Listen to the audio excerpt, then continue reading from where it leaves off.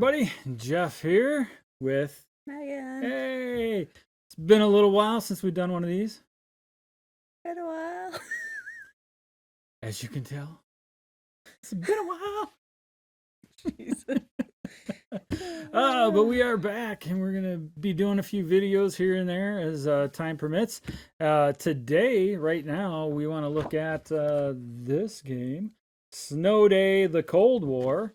It's going to be published by Vitamin D Games and designed by Andrew Voight. It will be coming to Kickstarter sometime in October.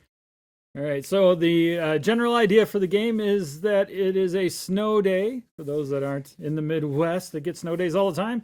If it snows too much, and it takes a while to get one, but school will cancel, and kids rejoice everywhere. In this particular instance, those kids rejoice by having a big neighborhood snowball fight. So you will be playing in teams, 2 teams. It plays 2 to 4 players, so you'll break up into the teams by that. Each person will control, in like a 4-player game, each person will control 2 kids. In a 2-player game, like we're playing behind us here, we each got 4 kids. Depending on how you want to play, you can play with the abilities or without the abilities, especially if you're playing with like younger kids and stuff, you might play without the abilities. But basically, you are trying to knock over your opponent's snowmen before they knock over yours. And you do this, you get to take 2 actions per character on your turn. And those actions can be, and you can use them in any order you want. You can double up if you want. You can move, which you get to most characters get to move 4. You can build, which is building up either snow forts or snowballs or a combination of the 2. And then you can break snow forts to get snowballs out of them. You can throw a snowball at an opponent. And am I missing something? Oh, yeah, knocking down the snowman. You can try to, if you're adjacent to the opponent's snowman, you can knock down the snowman. So, yeah, that's what you're doing in this game. And again, it's the first team to knock down the other team's snowmen win. All right. So, initial impressions for this game. I had some fun with it. I liked it. The other snow battle game that we played with, that was all card based, if I'm remembering right. Yeah. It's been a while since we played that one. No, it's been a while. It's been a little bit since we played that one, but if I'm remembering right, I think it was all kind of card based, and you build up kind of the field or whatever with cards. This one, you've got as you're seeing kind of behind us, the field is laid out. Each set of kids has a house that is their color, and you combine who you're playing with. You put the boards together to basically make the field. You've got a little section in the middle that's kind of called no man's land, and then you've got your home side and your opponent's home side with their houses there. You've got the ice. It tells you where to kind of start initially with forts and where your snowmen start, and then you just kind of move along and try to take out your opponent's snowmen. With ice, the interesting thing about ice is, like, if you move onto it, you slide across it, and it still counts as that single move. So when you can move up to 4 spaces, if you move into ice, you slide to wherever you either hit something, so a fort, a person, or a snowman. That'll stop that movement, or you go on to the next square of snow, and that's all that one movement. So you still got your 3 movement to go after you've slid across the ice. The other thing is you can climb over forts, but each fort can be up to 2 pieces high. And so for every piece of fort that you're kind of climbing over, you add 1 additional movement. So you either kind of go around it or you go up and over it. The other thing, too, is you can't take out an opponent's snowman from the other side of a snow fort. So you either have to be adjacent without a snow fort, or you got to take the snow forts down that are in front of you. Yeah. So what are some of your initial thoughts? I like the theme. The theme is really cute. The artwork is very cute. Mm-hmm. I wish we would have played it without the special abilities. Okay. Just to learn the game a little bit better. I think the mechanics. I think that would have helped. because I was so focused on like the bonus and the special abilities that I think I Forgot to go after snowmen right away. well that are just like basic building and breaking down forts. Yeah, I don't think I didn't do a lot of breaking down forts. I think so. Yeah. One of the things too is like when you throw a snowball at somebody that's behind a fort, it's more difficult to hit them depending on how high the fort is. But if you miss, you take out a piece of the fort, which I thought was kind of nice in one way because it's like at least your throw wasn't completely wasted. If you missed, at least you did something so that the next time you did that throw, it's a little bit easier to make that throw. I kind of like that. But yeah, I think most of the destruction of forts for me was from throwing snowballs, not from actually breaking them down and collecting snowballs out of them. Yeah. Yeah. So I think it's cool that at least they put it in the rule book. I mean, obviously this is something you could always do if you're trying to play with little kids. I know back in the early days of playing with my kids, there were certain things like, okay, well, we're just not going to use this or whatever to make it a little bit easier and accessible for them to play.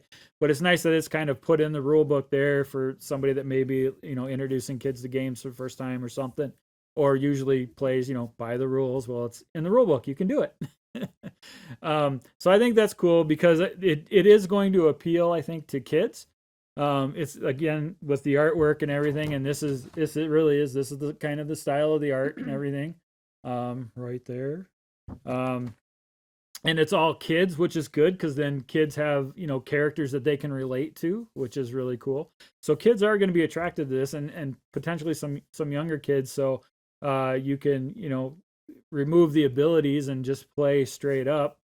I thought the abilities actually were kind of cool. I mean, it was nice that pretty much everybody had their own ability.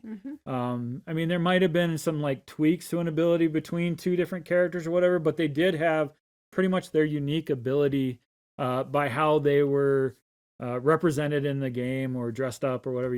The figure skater could turn on ice one time per their turn, kind of stuff like that. I had the one guy that's like bulked up. He's like over prepared for winter, so he had to take one more hit, which we haven't talked about yet. One more hit to have to go back to the house to warm up. So typically characters, if they get hit with 3 snowballs, they're kind of freezing. They have to go back into the house and warm up. So they're kind of out of it for a turn or two. So that particular character, he moved less, but he took one more hit before he had to go warm up somewhere. So I actually did like the abilities. I thought the abilities were cool. And I liked that they were unique between each character. And I think there was some interesting characters even within the game. So again, I don't know, how do you feel like if the nieces and nephews are over? Because that's one of the things we kind of do if we're playing various games with the nieces and nephews. I think the older ones, yes. Especially those who have played sort of these strategy grid type games. Yeah, so we've started introducing them to slightly more complex games the more they kind of come over, and the ones that are more interested in the gaming side of things. So but I think just the theme of it and the fact that you're basically having a snowball fight, it's going to convince them maybe to play it. Yeah. So this is an acceptable style of snowball fight then? I mean, there's no unacceptable.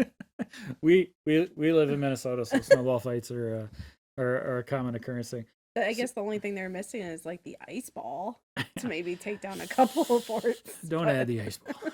That would. Yeah, that's not how that ice ball usually ends up getting used. Or avoiding yellow snow. Yeah, there's that. The other kind of things I think were kind of interesting, or not necessarily interesting, but nice for, again, especially if you're going to be playing with kids, I think. The tiles or the boards that you put together to make the overall map, they have on them what the difficulty rating is that you have to roll. So again, if you throw a snowball, you have to roll a d12 and get a certain number. If they're not covered, you got to roll a 3 or higher. If they have like one piece of a snow fort protecting them, you have to roll a 7 or higher. If they have 2 snow fort pieces protecting them. You have to roll an 11 or higher on a D12. So they have that on the boards. So each of the house sections has that, which is kind of cool. So it's an easy reminder around the board. You don't really have to go looking for it in the rule book. The other thing, the characters themselves have what you get to do every turn. So it tells you you take 2 actions, and here's the actions you can take. I also think it's kind of cool, once we figured it out, that they actually broke it down so that if there's a bonus that the character gets, it's actually in there. So it is a unique set of turn action things that character can do. So that's cool. So again, it's not something you have to go, well, what is my character? Is there something different about my character? Or when does my bonus come in? When do I get that bonus? It's actually right there on the character sheet. So that's kind of cool too. And again, I think all of those things kind of make it nice if you're going to be playing with younger, kids and stuff. So that it's all right there. It's easy to see. It's easy to kind of point to. And again, there's not this flipping through the rule book kind of thing for it. So I thought that was pretty cool. I think one of the only questions that we still have is, do I really get to take my snowballs into the house with me while I'm warming up? Yeah. That wasn't quite covered in the rules, but it's very early on, so I'm sure that it'll get ironed out. I looked in the fact, I didn't see it. If it's there, I apologize that I missed it. But it wasn't a showstopper. It wasn't something that made us like halt the game and had to try to figure out. We just kind of did it on the fly and thought, if it changes, I don't think it really would have changed much of what we would have done. Okay, we might have taken another action or two to grab some snowballs or something like that. But I think we were all pretty heavily snowballed up when we wanted to be anyway. So that wasn't a big thing. Again, this is coming to Kickstarter soon. Again, it should be in October. And it's a pretty light strategy game that can be played with kids. It's got a great fun theme. And again, if you live somewhere that you don't get to do snowball fights on a regular basis, this is a good game for that. If you live somewhere where you're sick of people throwing snowballs all the time, you might want to give them this indoor activity to do that. But yeah, I would say definitely check it out. Check out what they've got going on the Kickstarter page and see if it's something that interests you. What do you think? Agree. All right. There you go. So thanks for hanging out with us, and we'll be back very soon.